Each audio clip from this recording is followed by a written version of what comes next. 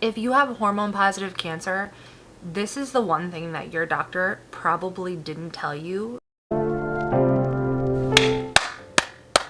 Hi, my name is laurencranmerrn.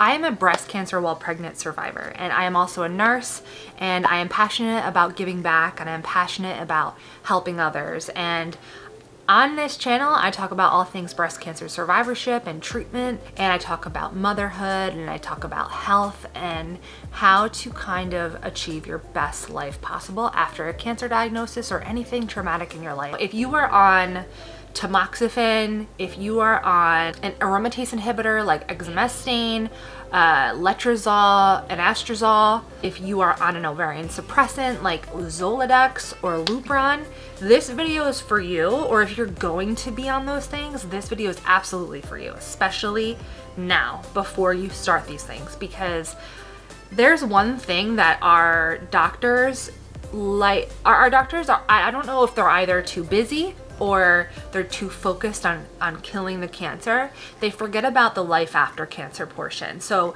there's a lot of the cancer recovery part that is left out.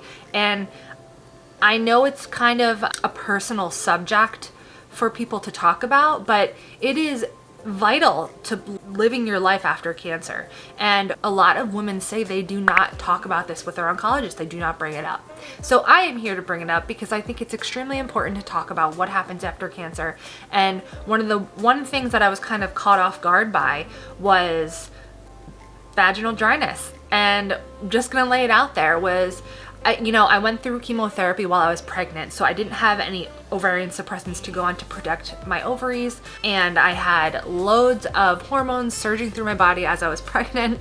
So I didn't really experience any of those side effects during chemotherapy, but you could absolutely experience vaginal dryness during chemotherapy, but you can experience them on all these medications as well. And what the doctor doesn't tell you is that prevention is key. You want to take preventative measures toward vaginal dryness, vaginal atrophy, and also painful sex and discomfort, and all of those things could also affect just your daily life. So I think it's extremely important to talk about, especially preventatively, because there's really easy ways to take action prior to this happening that could help ease the process, or that could really help lessen the issue for you in the future. If you are on Tamoxifen, if you are on an aromatase inhibitor like exemestane, letrozole, anastrozole, if you are on an ovarian suppressant like Zoladex or Lupron, all of these medications that I just listed, they're prescribed for people who have hormone positive cancer, because essentially we don't want any hormones in your body to feed the cancer, because your receptors feed off that hormone. So these drugs help reduce these hormones, specifically estrogen. The problem with these medications is that they take away something that is vital to our life, and it affects our entire body. Cancer patients who are AYA, or adolescent and young adult, who don't necessarily experience things like menopause at this time typically, it's really important to take preventative measures. And some of these preventative measures are things as simple as essentially using a vaginal moisturizer. Just like you would with your face, you put moisturizer on your face daily because you have to consistently use it to keep up with the moisturizer and to keep that moisture within your face. So it's the same thing as a vaginal moisturizer.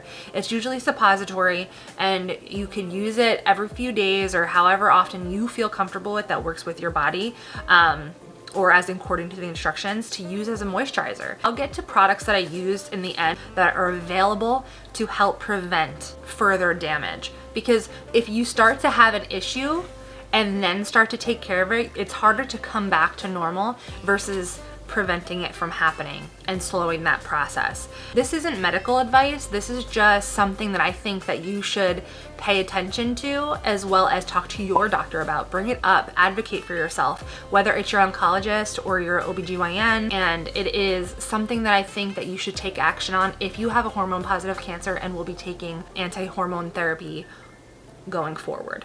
If you are in a position where you've already gotten to the point where you're having painful sex and you cannot find relief, you absolutely need to talk to somebody. Sometimes you're even recommended to go to a pelvic floor physical therapist, because if you do end up having vaginal atrophy, it's just basically thinning and inflammation and dryness, and it's really uncomfortable. You do have to, your doctor has to diagnose you with that, but again, this is something that you want to try to take preventative measures for. There's a lot of peer support out there in regards to this. There is a Facebook group that I found. It's called Sex After Cancer. It's a Facebook group that that's literally all they talk about. Tips, tricks, they relate to one another. I know Facebook groups aren't for everybody, but if you're in the situation, you kind of want to find anything that is relatable or people you can ask questions to, and this group is definitely that at one point for me. Again, I'll link it below for you if that is something that you're interested in. So there's 3 products that I use for my vaginal health while on anti-hormonal therapy and in a chemical menopause. So the first one I use is called Bonafide Reverie. It is a moisturizer that I use every 2 to 3 days. It's a vaginal suppository. It has all natural ingredients, and the one important ingredient that it has is hyaluronic acid, which is a lot of, like I said before, it's in a lot of face creams and skincare products because it helps bring moisture to the tissue. So it really aids in maintaining an atmosphere that will prevent issues in the long run. There is no hormones in this, so it's also really beneficial and comforting in that way. I was recommended to this product by my OB, and she did give me a discount code in the beginning, and it did not keep up, but it is not inexpensive. It is definitely something that you have to commit to the investment, but I have really had great experience with this product, as well as I trust it in the ingredients that are within it. So there are other moisturizers out there.